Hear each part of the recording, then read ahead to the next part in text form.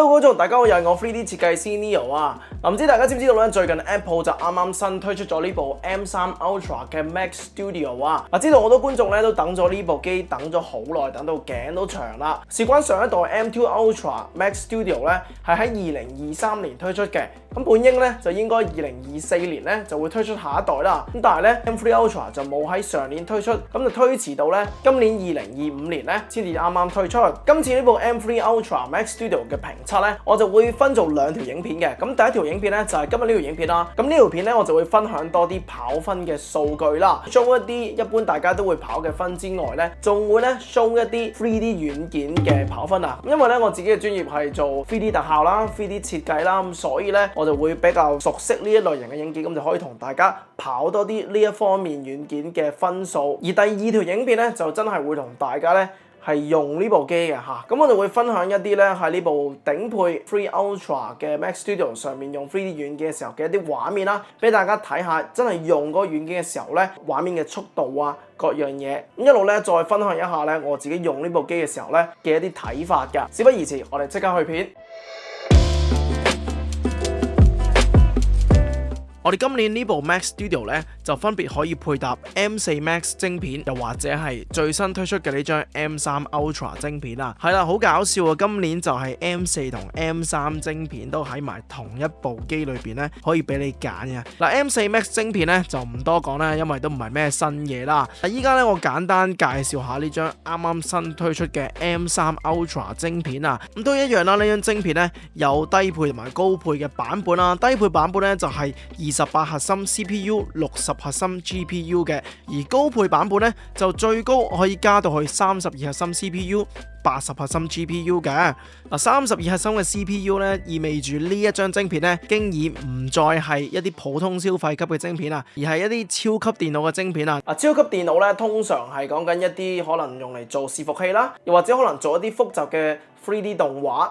例如可能係特效啦，又或者係複雜場景嘅合成啦，諸如此類嘅。呢部新款嘅 Mac Studio 嘅記憶體咧，亦都係今次呢部機嘅其中一個 highlight 啦。咁記憶體咧就可以由最低嘅96G 咧一路加到去512G 嘅記憶體啊。通常咧512G 咧都係講緊個儲存空間啦，但係大家冇聽錯，我講緊嘅係記憶體而唔係儲存空間啊。呢個512G 咧，除咗係俾 CPU 用之外咧，佢亦都同時間咧係可以俾 GPU 用㗎，所以咧你可以將佢想像成為咧一般嘅可能係 NVIDIA 嘅顯示卡裏邊嘅 VRAM 啦，亦都係咁多年我做蘋果硬件嘅評測，我每一條片都差唔多會講一次㗎啦。呢個512G 嘅 VRAM 咧其實係相當之誇張嘅，因為你睇翻而家最新嘅5090顯示卡咧，佢 VRAM 只係得32G 嘅啫，而32G 同512G 爭咗幾多個10倍咧？大家自己可以計一計啦。咁所以如果你將你嘅 Mac Studio 打爆到去512G 嘅話咧，可以話咧係一個怪物級嘅配置啊！嗱，繼續咧就同大家講下價錢啦。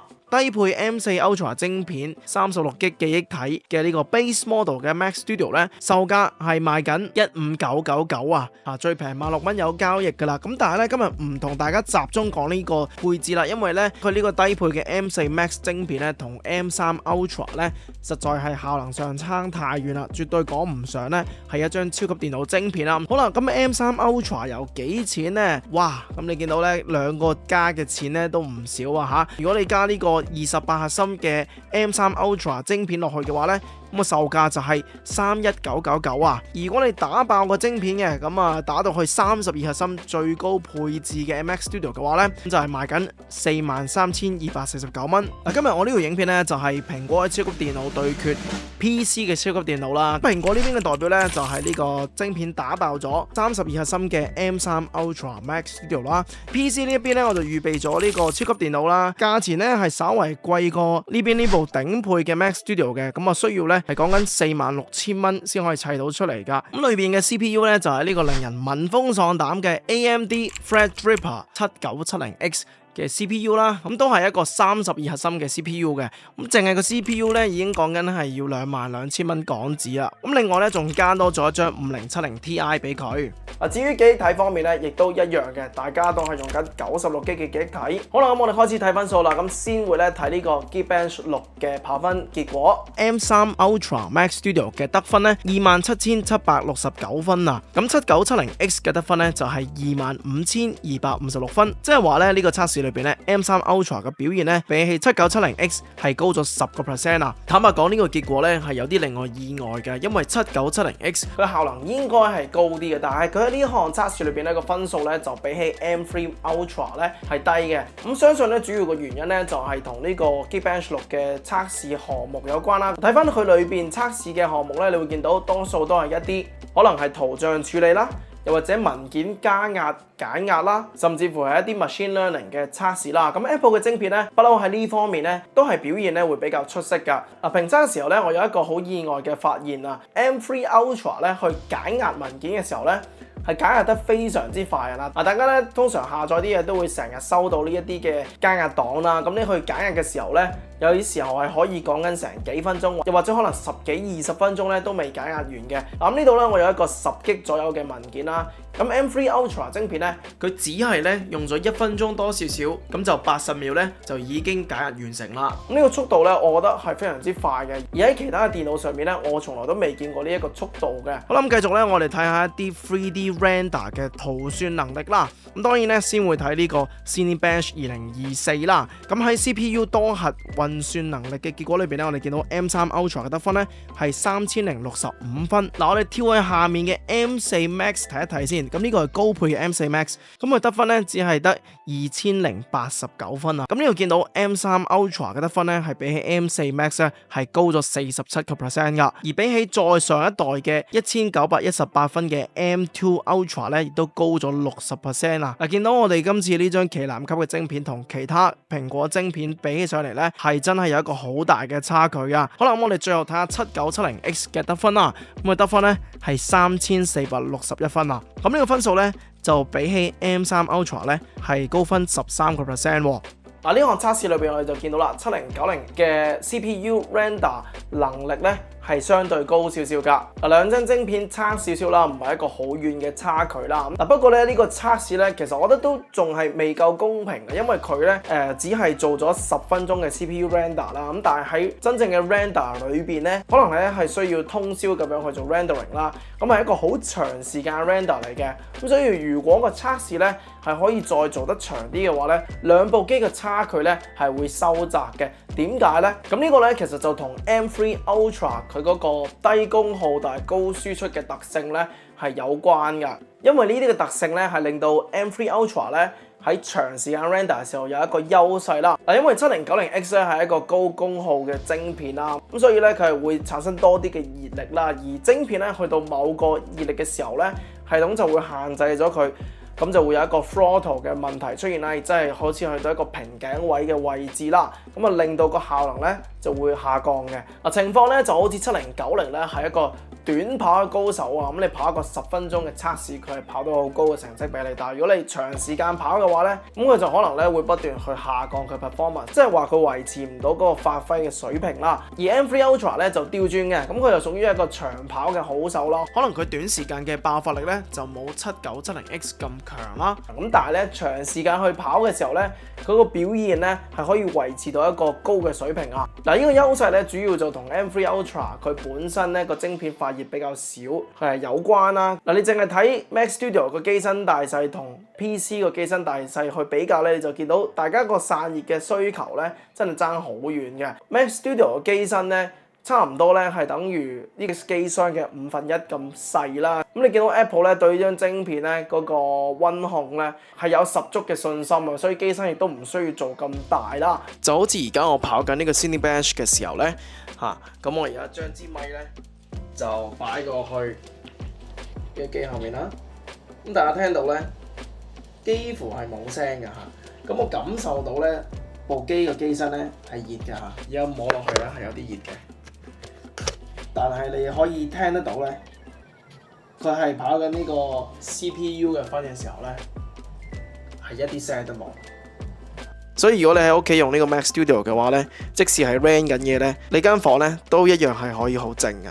繼續我哋睇下 Blender Benchmark 嘅跑分結果 ，M3 Ultra 咧佢嘅得分咧係824分啊，咁我哋又睇下 M4 Max 咯，咁嘅得分咧只係得479分啫，亦即係話高分過 M4 Max 咧72%啊，不過同 7970X 977分去比較咧就低分咗18%。好啦，咁繼續咧我哋睇下 Blender Benchmark 裏邊 GPU 嘅測試結果啦。嗱，今次 M3 Ultra 嘅 GPU 咧就由過往 M2 Ultra 嘅76核心咧升級到而家嘅80個核心啊！嗱，呢度咧我哋唔好睇 7090X 住，我哋先睇下一啲蘋果電腦晶片喺呢個測試裏邊嘅得分。M3 Ultra 80核心 GPU 喺呢項測試嘅得分係7298分啊！緊接住第二位咧就係有40核心 GPU 嘅 M4 Max 晶片啊，咁嘅得分咧係5118分啊！然後就有 M3 Max 嘅3720分。喺呢項測試裏邊，我哋見到 M3 Ultra 嘅表現咧大大拋離其他嘅晶片啦，直頭係連尾燈都見唔到嘅。呢張 M3 Ultra 晶片咧，絕對係 Apple 電腦晶片裏邊嘅王中之王啦。好啦，然後我哋睇下 PC 啦。嗱，我今日呢條影片裏邊咧，特登擺呢個5070 Ti 咧，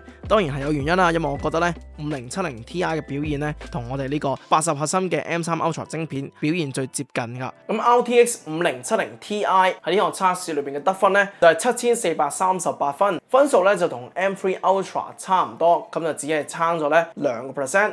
跟住落嚟咧，我哋睇下其他 3D 軟件嘅測試啦。咁例如有呢個 V-Ray 6啦，咁我哋先睇下 CPU 測試。M3 Ultra 咧喺呢項測試裏邊得分咧係55124分啊，而 7970X 嘅得分咧係72636分嚇，咁啊都差得遠喎嚇，比起之前咧差得再遠啲添。咁啊呢度咧 7970X 咧係高分32%嘅。咁然後咧就有 GPU 測試啦。咁 M3 Ultra 嘅得分咧係3233分，而5070嘅得分咧就係4065分啊！咁 PC 咧喺呢個測試裏邊就高分25%。再睇下 Keyshot M3 Ultra 咧嘅得分係6.3分，而 7970X 嘅得分咧係8.5分啊，又係高分35%。補充一下 Keyshot 咧係一個 CPU 嘅 render 測試嚟嘅。繼續咧就睇下 Redshift 嘅測試啦。咁 Redshift 咧就會係一個 GPU 嘅 render 系統嚟嘅。咁我哋80核心嘅 M3 Ultra 晶片咧喺呢項測試裏邊咧用咗145秒啦。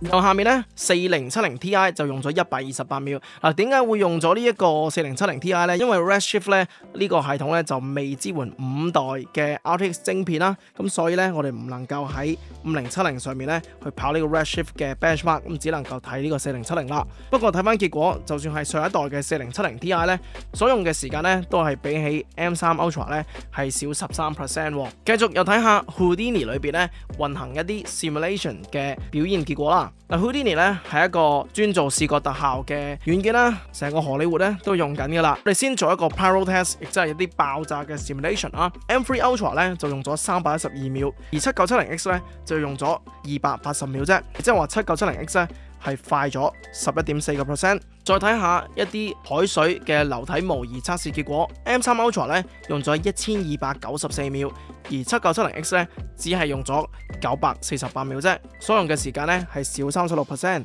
然後就係 particle 嘅測試啦，咁就好似一啲流沙咁嘅測試啦。M3 Ultra 喺呢項測試裏邊咧就用咗206秒，係所用嘅時間係少57% 嘅。好啦，咁喺咁多嘅 Houdini 測試裏邊咧，都見到 7970X 咧喺 Houdini 裏邊咧個表現咧都係領先 M3 Ultra。好啦，繼續咧我哋就睇下呢個 Nuke 嘅測試嘅表現啦。嗱 Nuke 呢個軟件咧就係一個專業嘅視覺特效合成軟件嚟㗎嚇，專做合成嘅。嗱好抱歉啦，呢個測試裏邊咧 Nuke 嘅呢個 script 咧就喺 7970X 上面咧就行唔到啊，咁我只能夠咧喺網上面咧揾其他嘅數據啦。咁裏邊咧我只揾到呢個 7980X 嘅數據。咁呢張晶片咧就係一張64核心嘅晶片嚟嘅，而 M3 Ultra 咧就只係得32核心嘅啫，咁所以冇辦法啦，呢個測試咧我哋只可以將呢兩張唔同等級嘅晶片咧去做一個比較。好啦，咁我哋先睇下呢個 CPU Scanline Render 嘅表現。咁 M3 Ultra 咧就喺呢項測試裏邊咧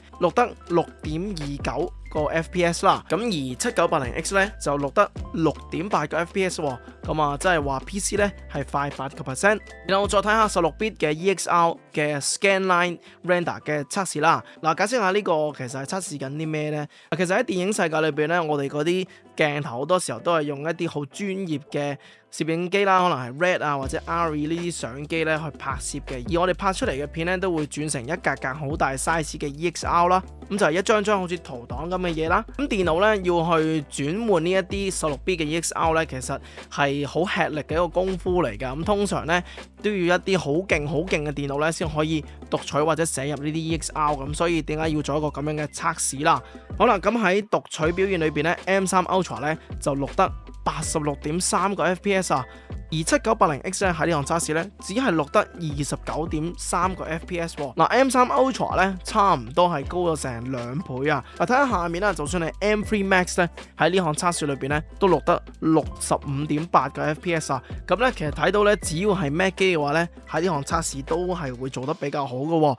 然後再睇埋寫入 EXR 嘅表現啦 ，M3 Ultra 咧係錄得23.4個 FPS， 然後 7980X 咧只係錄得8.3個 FPS 啊，同樣啦，次一等嘅 M3 Max 晶片咧都錄得23個 FPS 喎。好啦，點解會有呢個結果出現呢？嗱喺 Nuke 裏邊咧去寫出呢啲嘅 EXR 嘅時候咧，我哋要用呢個 CPU 去做 decode 或者 encode 啦。嗱，除咗需要一個強勁嘅 CPU 之外咧，其實嗰個硬碟嘅寫出速度咧，亦都好大影響嘅。啊，點解啲人成日講話要買 Mac 機去做剪片，又或者係影片相關嘅其他工作？個原因咧就係因為 Mac 機咧佢嗰個硬碟寫出速度咧非常之高啦。通常喺呢一方面嘅工作咧 ，Mac 機都係會表現得比較出色嘅。啊，最尾咧做個簡單嘅總結啦。呢部43000幾蚊嘅 M3 Ultra Max Studio 嘅表現，同呢部預算46000蚊7970X 加5070 Ti 嘅 PC 去比較 ，CPU 方面咧 PC 係快大約30%，而 GPU 方面咧 PC 亦都係快10%嘅。嚟到2025年啦 ，Mac 機嘅電腦硬件咧，我覺得佢嗰個硬件嘅距離咧，同 PC 電腦嗰個硬件距離咧係拉得越嚟越近啦。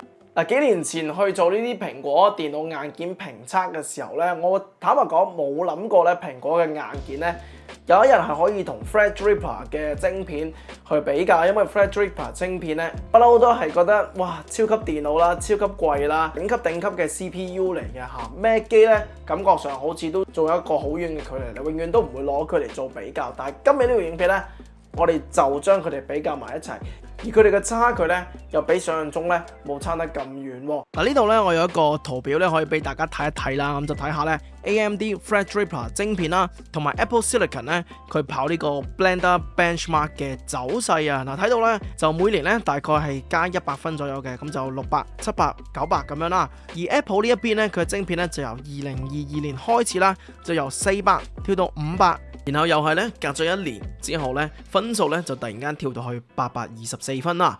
啊，呢兩條線咧，俾我感覺咧，好似兩條線咧，有一種越走越近嘅感覺啦。會唔會有一年咧，呢兩條線會相交呢？咁攤朝一日，佢哋兩條線相交嘅呢個位置咧，就係 Apple 超越 AMD 成為 CPU 硬件霸主嘅時刻啦。嗱 ，Apple 晶片咧，佢呢個低功耗但係高輸出嘅特性咧，其實我覺得係有好大嘅發展潛力嘅。佢哋嘅晶片咧，我相信咧，可能真係有一日咧會成為市場上面主流嘅 CPU 晶片啦。稱霸呢個市場咧，可以話係指日可待啊。所以硬件方面咧 ，Apple 嘅晶片咧，其實我睇好嘅。不過係咪呢張 M3 Ultra 晶片咧？我就覺得未係佢住嘅。作為一個做 3D 特效、做 3D 設計嘅人啦，我去買一部電腦嘅時候，除咗去睇佢嘅硬件強唔強之外咧，其實我亦都要睇佢嘅軟件支援啊。呢部 M3 Ultra 嘅 Mac Studio 咧，硬件咧其實我覺得好唔錯啦。但係我用落嘅時候咧，我去裝一啲軟件嘅時候咧，就發現咗一啲嘅小問題。係啲咩嘢嘅問題咧？嗱，下一條影片同大家咧開一啲 3D 設計嘅軟件出嚟嘅時候咧，大家就會知噶啦。好啦，今日咧同大家睇數據咧就睇咗咁多先。如果咧睇緊呢條片嘅你咧係中意我今日條影片啦，你覺得今日呢條影片咧嘅數據係幫到你嘅話咧，請你幫我做幾件事啦 ，like share 呢啲影片啦，同埋訂閱我呢個頻道，同埋打開個通知功能啦。咁我下次再推出同類型嘅影片嘅時候咧，你就可以第一時間睇得到啦。今日講咗咁多先，我哋下條片再見，拜拜。